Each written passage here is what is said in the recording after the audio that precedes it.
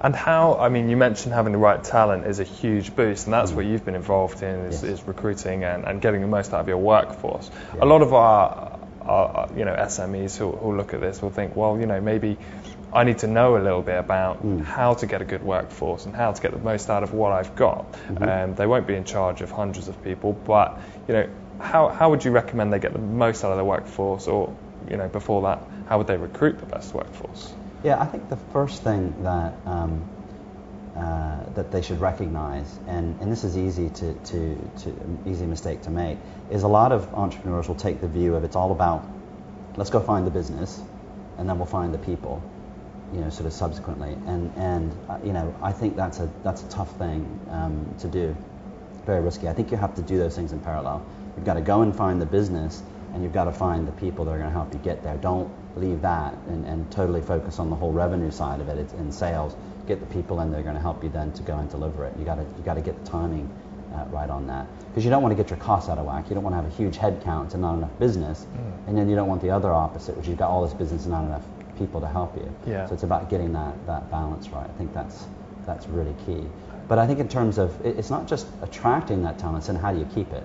It's great to sell them on coming and joining your exciting new company, but a lot of statistics I see is a lot of really good talent that comes into smaller organizations. They tend to leave pretty quickly. A lot of companies oversell.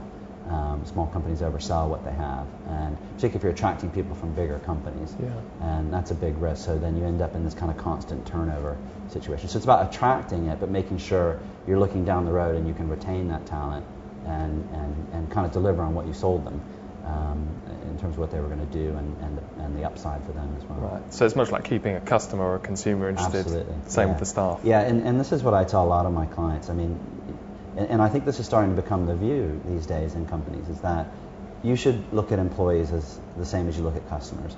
How do you attract them? How do you keep them? How do you look after them? All of these things, you have to have the same passion for your customer, have that same passion for your people. It'll always pay off. And I think a lot of companies are really starting to get their heads around that. And that's really what's massively changed about sort of what's been called human resources in the past, is that HR is now becoming a much more adept at helping companies be passionate about their employees. Lots of them say, well, our people are our biggest asset. There's a lot of companies who don't really understand what that means. And it is, for me, it's about being as passionate about your customers, have the same passion for your people. So you're working on a new book at the moment, Calculating Success. That's right. Tell us a little bit about that and what we can expect. Calculating Success, so it's out in January. It's all finished now, which is great. It's out on Harvard Business Review Press. And the book, the idea is really simple, which is it's about understanding the value of your people. And it debunks this myth that you can't measure the value of your workforce and the value of the productivity that the workforce creates. My co-authors and I have this premise that says, a vast number of companies in the world don't understand, first of all, just the simple points about how many people they have, where they're located, things like that. That's easy. We're talking about the things that are, if I hire 200 new salespeople, what's going to happen to my sales? What's going to happen to my revenue? What's going to happen to my profit? All of those things are measurable now.